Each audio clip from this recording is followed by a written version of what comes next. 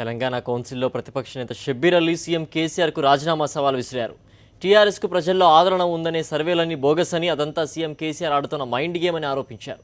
Party ఫిరాయించిన ప్రజాప్రతినిధులచే రాజీనామాలు చేయించి ఉప ఎన్నికలు జరిపించాలని, వాటిలో సగానికి పైగా టీఆర్ఎస్ గెలిస్తే రాజీనామా చేస్తానంటూ సవాల్ విసిరారు. పేదలకు డబుల్ బెడ్రూమ్ ఇల్లు నిర్మిస్తానన్న హామీని అమలు చేయకుండా సీఎం కేసీఆర్ మాత్రం క్యాంప్ ఆఫీస్ కమ్ రెసిడెన్స్ నిర్మించుకోవడం సబబు కాదన్నారు. పేదలకు ఇల్లు నిర్మించాకే ముఖ్యమంత్రి కొత్త నివాస భవనంలోకి వెళ్లాలన్నారు. జిల్లాల పునర్వ్యవస్థీకరణ, బీసీ కమిషన్ ఏర్పాటు అంశాల్లో ఆర్డినెన్స్లు తేవడం ద్వారా సీఎం కేసీఆర్కు చట్టసభలంటే గౌరవం లేదని స్పష్టమైందన్నారు షబ్బీర్ అలీ. ఇప్పుడు చార్మినార్ 450 సంవత్సరాలు చార్మినార్ కులగొట్టేస్తావా? చార్మినార్కి వాస్తు లేదని అంటే ఎవరి డబ్బులు ఎక్కడ అప్పుల పాలైపోతుంది? ఒకవైపు రాష్ట్రము ధనిక రాష్ట్రం పోయి అప్పులు అయిపోతున్నది, గరీబులకు ఎవరికి ఫీజు డబ్బులు లేదు.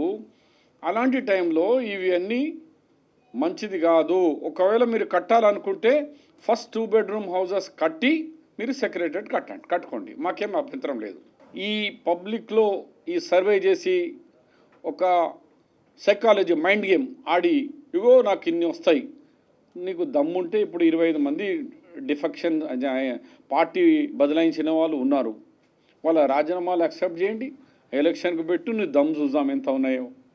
నేను ఛాలెంజ్ చేస్తున్నా కేసీఆర్ గారు, మీ సీట్లోకి వెళ్ళి 50% కంటే అబోవ్ సీట్ రాకుంటే నేను నా సీట్కు రాజీనామా చేసేందుకు రెడీగా ఉన్నాను.